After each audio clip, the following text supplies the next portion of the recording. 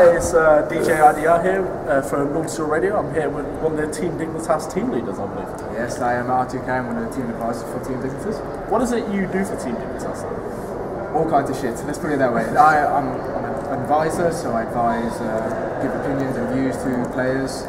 I'm also a coach as well, with my experience of over 12 to 14 years of gaming. I do a lot of events as well, as we're here in the I-Series, just do a lot of promotions as well with sponsors.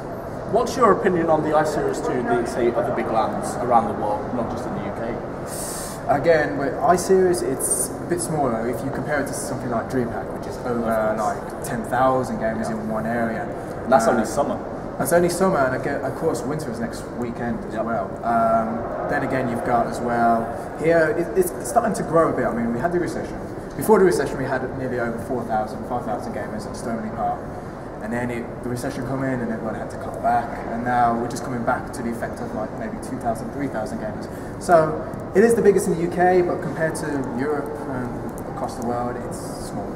The thing is though, it seems to me that, you know, it's getting promoted more. People like Total Biscuit are doing a lot for the I-Series. Yeah. You know, it's no DreamHack, and it probably won't be because DreamHack's been going for so long. Yeah. But you know, I'm glad that the UK is actually starting to get an esports feel, because apart from in Sweden and say mainland Europe, esports doesn't seem to be that big in Europe. I don't know whether you guys have found that. No, I mean in the UK it's sort of a niche thing, it's sort of an underground thing. I mean, not many people believe that it can be a sport, but if you see these people, all these players like yourself when you've played the games, you see how competitive against other people. You know, it's trying to get that fact that it is actually like a sport.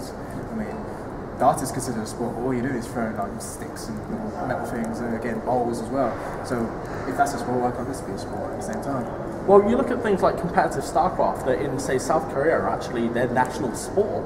You know, and I personally enjoy watching esports. You know, I can sit around with some friends, like we can say drink some beers, and we'll sit around and we'll watch competitive StarCraft, we'll watch competitive Quake or something. Yeah. You know, it's really good. I think it just needs some more promotion in the Western world.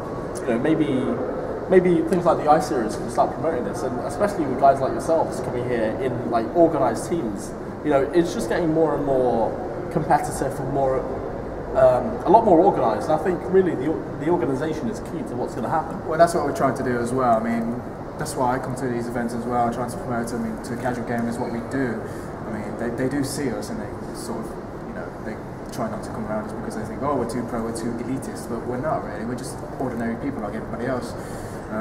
If you come around, we give you tips. We don't say you're bad or you're crap and stuff like that, because that's not the image we try to give as professional gamers. We try to be role models for everybody else as best we can. The thing is as well, I mean, you got casters like Total Biscuit and Apollo, and you know they're promoting I-Series as much as they can. You know, along with them, I-Series wouldn't be where it is now, to be honest, with casters and players like that. What do you think to the esports that are coming here? Like we've got Call of Duty, we've got TF2, we've got like Quake, we've got Counter-Strike Source, and you know obviously the biggest one is StarCraft. Do you think we should expand into other games at all? Or? It's probably not about. I mean, the games that we've got here, like you just said, are the main games for esports. The problem is though, is that it's the promotion, but also the prize money. Now, again, of course, with the recession coming in, it's always about the prize money. Most of these teams don't really come here. Some of these teams come here just to have a casual laugh, have a beer, a few things. But like players like myself really want to have money, and money is the biggest incentive. And I say like, you know, the IPLs here as well from IGN. They've got $20,000. You've seen all these StarCraft players that are coming tomorrow, like Bling, Stefano, players like that. It's just coming for the money. That's the incentive, and unfortunately, it's not as big. It's not as big as something like DreamHack or in StarCraft, say the GSL, that give ridiculous amounts of money. Yeah. But I think that the incentive is there for companies, and maybe if companies try and promote esports more, maybe they're willing to sponsor it and just give this prize money, because you know the advertising that they get, I don't think they understand. They could maybe get it tenfold through competitive gaming and how big it is and how many people watch it. You know, the advertisement is actually there for the companies. Yeah, I mean, last week there was, well, it's still going right now, but the Corsair are running a Call of Duty 4 tournaments.